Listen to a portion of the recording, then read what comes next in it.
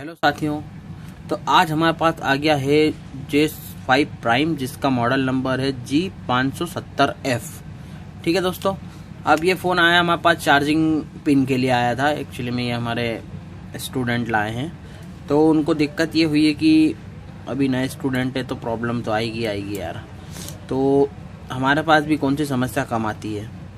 तो गाइस सीधी सी बात है, अभी उनने चार्जिंग पिन बदली, उसके बाद उनने कोई मतलब उस पर रिस्पॉन्स नहीं आया, ना एम्पियर ले रहा है ना चार्जिंग शो कर रहा है। फ़ोन चालू है बिल्कुल, बैटरी अलग से लगा के चेक की उसने, हमने भी चेक कर लिया है, बिल्कुल ओके है। तो अब क्या करें, क्या होगा, चार्जिंग पिन बदल दिए तो उसके आगे चार्ज नहीं हो रहा। बाकी फ़ोन की कंडीशन मतलब मदरबोर्ड की आप कंडीशन देख लो, बिल्कुल वेल है, कोई प्रॉब्लम नहीं है। देखिए काम भी नहीं करा है हम, क्योंकि हम हमारे स्टूडेंट को कह देते हैं यदि काम नहीं आ रहा है, नहीं समझ में आ रहा है तो आप लेकर के आ जाएं। अब यहाँ पे हम उसको वीडियो के द्वारा बताएंगे।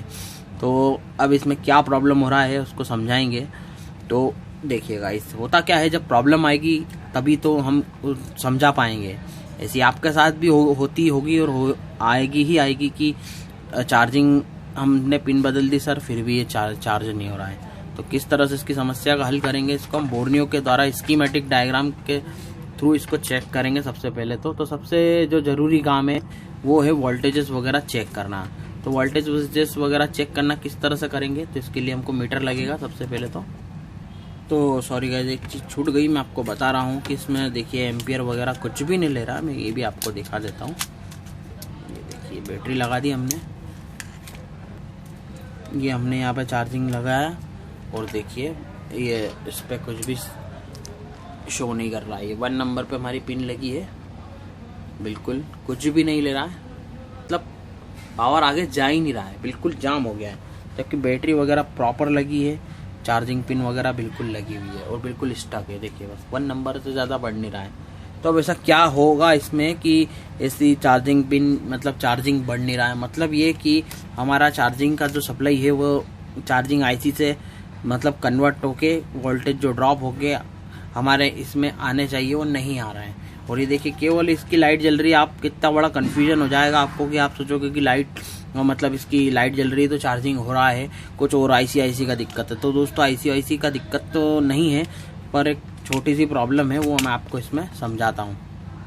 तो इस बोर्ड में आपको समझ में आ जाए इसलिए हम इस पर सिग्नेचर कभी कर देते हैं।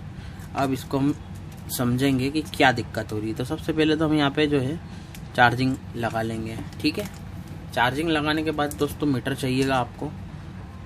यदि एक बार आपने सॉल्यूशन देख लिया तो आप तो फिर कभी दिक्कत आएगी ही नहीं। ऐसा सॉल्यूशन बताऊंगा कि आप एक ही बार में इसको रिपेयर कर पाएंगे। तो सबसे पहली बात तो आपको वोल्टेज चेक करना है इस वाले कंडेंसर पे, जो कि यहाँ पे 5 वोल्ट हमको बराबर मिल रहे हैं। ये जो आईसी लगी है इसको बोलते हैं ओवीपी आईसी। ओवीपी का मतलब ये होता है ओवर वोल्टेज प्रोटेक्शन। यदि मतलब कभी कोई बढ़ के गलत लग जाते हैं चार्जर वगैरह, तो ये क्या होती है आईसी की यहाँ पे शॉर्ट होके पूरा फोन जो है शॉर्ट होने से बचा लेती है। तो ये यहाँ पे हमको फायदा मिल जाता है इस चीज का। अब हम जो है यहीं पे इसके ऊपर जो कंडेंसर लगा है इस पे चेक करेंगे यहाँ पे वोल्टेज आ रहे हैं या नहीं आ रहे हैं। तो यहाँ पे दोस्तों यहाँ पे वोल्टेज थोड़े ड्रॉप हो गए हैं। देखिए आप वोल्टेज ड्रॉप की समस्या को आपको समझना होगा, ये हर कोई नहीं बताएगा। आप सोचोगे कि ओवीपी तो बिल्कुल ओके यहाँ से वोल्टेज आ रहे हैं, तो दोस्तों आप यहाँ पे सबसे बड़ी गलत फहमी में है। और आपको एक चीज बता दूं, जब भी आप चार्जिंग पिन लगा रहे हैं तो आप इन चीजों पे जरूर गौर करें जो कि इसकी यूएसबी के हैं। मैं लाइट जला देता हूँ थोड़ी सी तो आपको अच्छे से दिख जाएगा।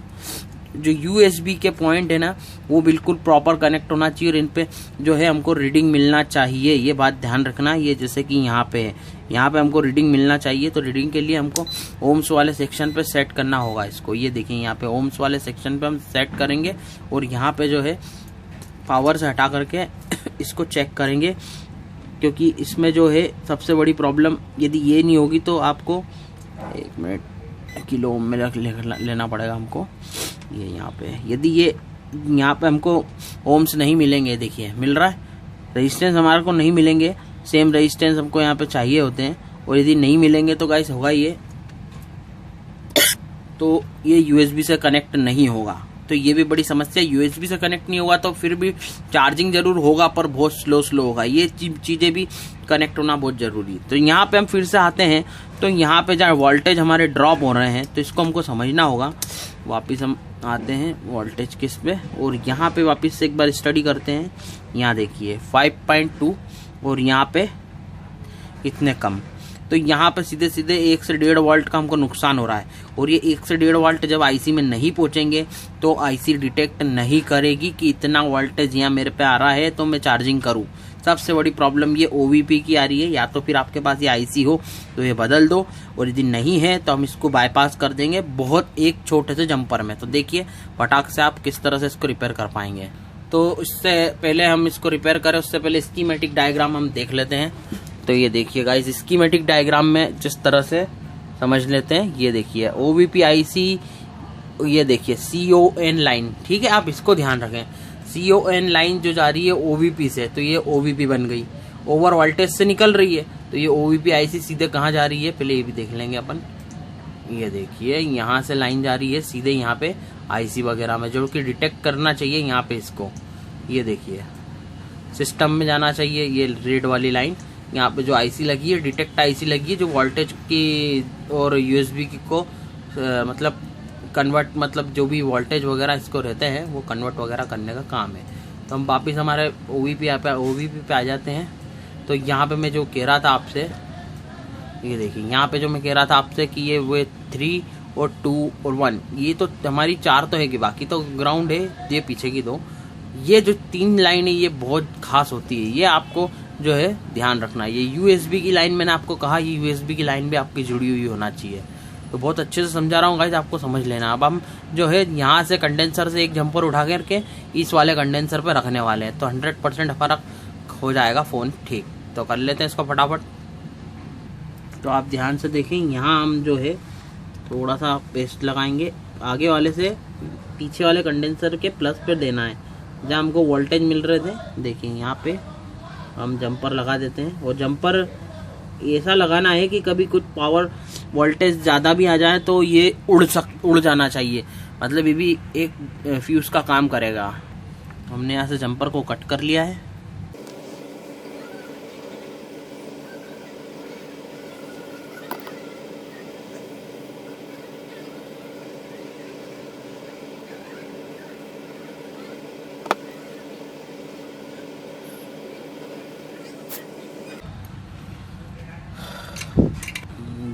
जंपर जो लगाया है आपने चेक कर लेना, उसको थोड़ा व्यवस्थित लगाना है कि टूटे ना, इस चीज़ का ध्यान रखना है ना।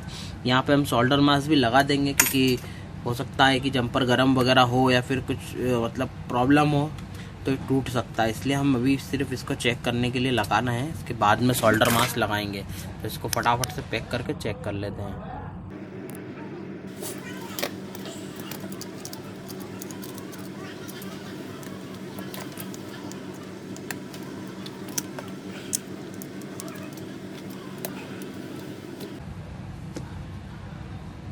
तो ये देखिए दोस्तों, ये फ़ोन हमारा हो गया है, एक जंपर से काम हो गया है बिल्कुल। ये देखिएगा 8% चार्जिंग वैसे थी ऑलरेडी, ये देखिए चार्जिंग होने लगा और एम्पियर भी ले रहा है फ़ोन हमारा। ये फर्स्ट नंबर पे देख सकते हैं आप, ये फर्स्ट नंबर पे 1.1 एम्पियर ले रहा, मतलब हमारा फ़ोन बिल्कुल ओके हो गया है। तो दोस्तों ये छोटी सी जानकारी थी तो आपको बताना बहुत ज़रूरी थी, क्योंकि आप भी परेशान होते हैं, मुझे 100% पता है, और इस चीज़ का सॉल्यूशन कई लोग ठीक से बता नहीं पाते हैं, एक्सप्लेन नहीं कर पाते हैं। तो ये आप ही लोगों के लिए मतलब एक फॉल्ट था, छोटी सी समस्या, इस तरह से आप ठीक कर सकते हैं। चाहता तो मैं आपको डायरेक्ट भी बताता, लेकिन डीप नॉलेज देना मेरा काम है ताकि आपको अच्छे से समझ में आए। तो ठीक है दोस्तों, वीडियो कैसी लगी लाइक करना, कमेंट करना, और प्रॉब्लम जो भी हो आप व्हाट्सएप या कमेंट में पिन कर देना, तो मैं बिल्कुल उसका जवाब दूंगा आपको। ठीक है दोस्तों, थैंक यू।